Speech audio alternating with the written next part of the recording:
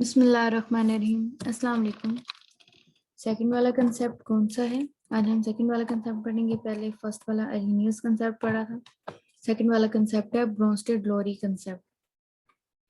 ये भी सिंपल सा कंसेप्ट है, बहुत ज़्यादा अर्हीनियस से मिलता जुलता ही है।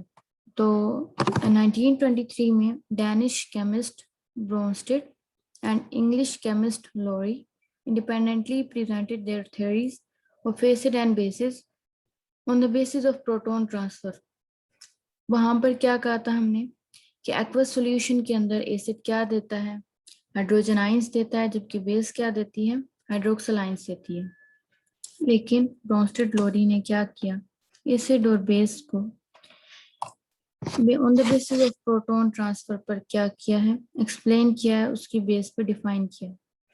तो एसिड ऐसा सब्सटेंस होता है या मॉलिक्यूलर आयन होता है जो क्या करता है? प्रोटॉन दे देता है किसी भी दूसरे सब्सटेंस, जबकि बेस उसका कंट्राडिक्ट करता है। मतलब कि वो क्या करता है?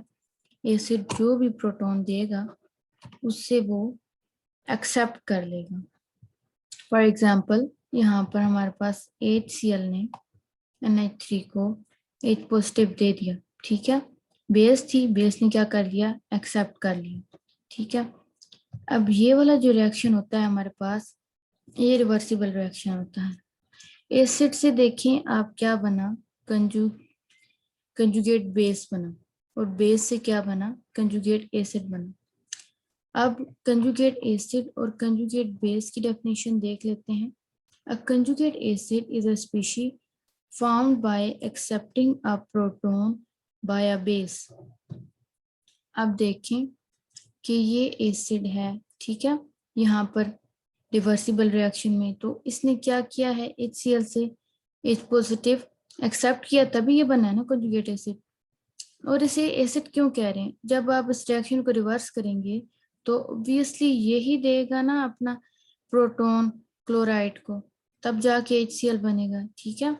तो ये हमारे पास जो कंजुगेट एसिड कैसे है? एक्सेप्ट किया है बेस ने प्रोटॉन को, तब कंजुगेट एसिड बना है। और कंजुगेट बेस क्या है? Is a species found by donating a proton by an acid. Acid ने क्या किया? यहाँ पर प्रोटॉन डोनेट किया, तब हमारे पास ये क्या बना? कंजुगेट बेस बना। नेक्स्ट है एसिटिक एसिड और वाटर की एग्जांपल। एसिटिक एसिड में एसिड ने अपना H पॉजिटिव दे दिया, एज अ एसिड एक्ट किया, बेस ने एक्सेप्ट कर लिया, तो इसने एज अ बेस एक्ट किया। रिवर्सिबल रिएक्शन के अंदर ये कंजुगेट एसिड एक्ट करेगा बिकॉज H3O पॉजिटिव अपना हाइड्रोजन आयन कंजुगेट बेस को दे देगा। अब हमारे पास ये बात आती है कि जो कुछ सब्सटेंस ऐसे भी होते हैं जो कि एसिड और बेस दोनों के तौर पर एक्ट कर सकते हैं, तो ऐसे सब्सटेंसेस को हम एम्फोटेरिक सब्सटेंसेस कहते हैं। फॉर एग्जांपल वाटर यहाँ पर एसिड के तौर पर एक्ट कर रहा है, ठीक है। इस एग्जांपल में इसने यहाँ पर हाइड्रोजन आयन दिया है। और नेक्स्ट एग्जांपल हम देखते हैं।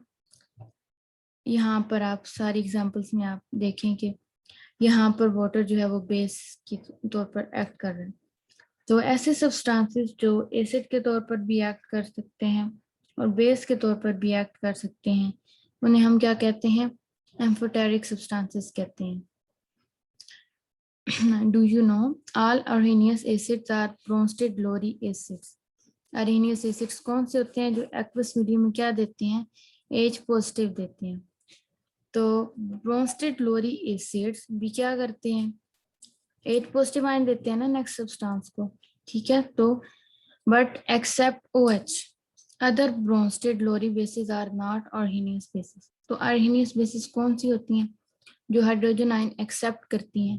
जरूरी नहीं वो हाइड्रोक्सिल आयंस वाली हैं, वो दूसरी भी हो सकती हैं। इसलिए जो तमाम ब्रोंस्टेड लोरी बेसिस होती हैं वो जरूरी नहीं है कि वो अर्हीनियस बेसिस हों। This was all. होपफुली आपको समझ आ गई होगी। Thank you.